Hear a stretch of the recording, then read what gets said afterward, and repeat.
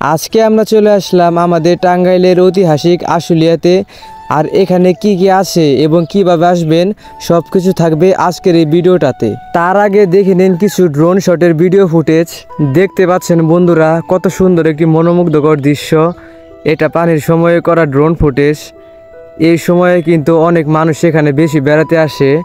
পানি না থাকলে এখানে মানুষ কম বেড়াতে আসে, তারপরেও এখানে সব সময় ভরপুর থাকে। কিন্তু যখন পানি আসে, বিশেষ করে ঈদের সময়টাতে যখন পানি আসে, তখন কিন্তু মানুষের অনেক বেশি ঢল থাকে। এখান দিয়ে যাওয়াই যায় না, এত মানুষের ভিড় থাকে।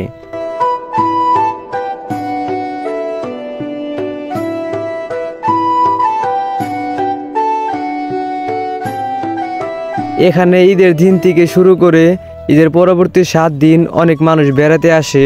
তারপর এখানে অনেক দূর থেকে বেড়াতে আসে, বিশেষ করে যারা চাকরি করে এবং শহরে থাকে তারা ঈদের সময়টাতে বেড়াতে আসে।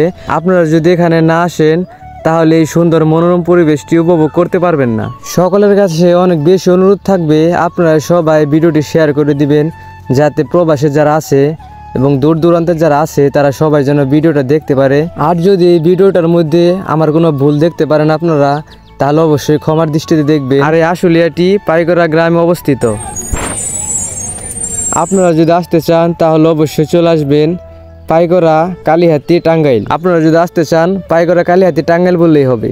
এখানে কতটা ক্রাউড হয় আপনারা ভিডিওর ভয়েস শুনলেই বুঝতে পারবেন।